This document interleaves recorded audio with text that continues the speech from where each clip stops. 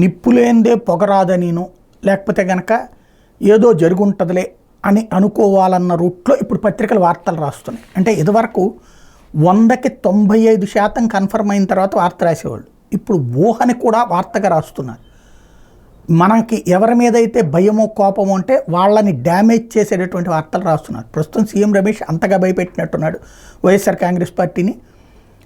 జగన్కి ఓటమి రుచి పులివెందులలో ఎమ్మెల్సీ ఎలక్షన్లో చూపెట్టినోడు సీఎం రమేష్. ఇప్పుడు తనే పోటీ చేస్తున్నటువంటి నేపథ్యంలో అనకాపల్లి నుంచి ఇవాళ కథనాన్ని ప్రొజెక్ట్ చేసుకొచ్చారు. కొందరు తెలుగుదేశం పార్టీ జనసేన పార్టీల అభ్యర్థులు ఎంపీ కోటా నుంచి వచ్చే నిధులతోనే ఎన్నికలు కానిచ్చేద్దాం అనుకున్నారు.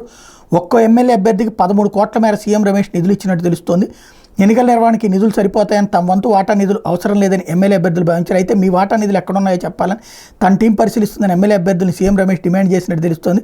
మీ వంతుగా మీ దగ్గర 10 కోట్ల మేర ఉన్నాయని తన టీం నిర్ధారించాక తన కోటా 13 కోట్లు విడుదల చేస్తామని ఆయన తేల్చెప్పిన సమాచారం. ఈ క్రమంలో చోడవరం నియోజకవర్గానికి చెందిన ఎమ్మెల్యే అభ్యర్థి తన వద్ద నిధులు లేవని, తనకు పెద్దగా ఆస్తులు కూడా లేవని చెప్పినట్టు తెలిసింది. దీంతో సదరు ఎమ్మెల్యే అభ్యర్థి ఆస్తుల మొత్తం వివరాలను డాక్యుమెంట్స్తో సహా సీఎం రమేష్ ఆయన ముందు ఉంచడంతో విస్తుపోవడం అభ్యర్థి వంతైందని చెప్తున్నారు.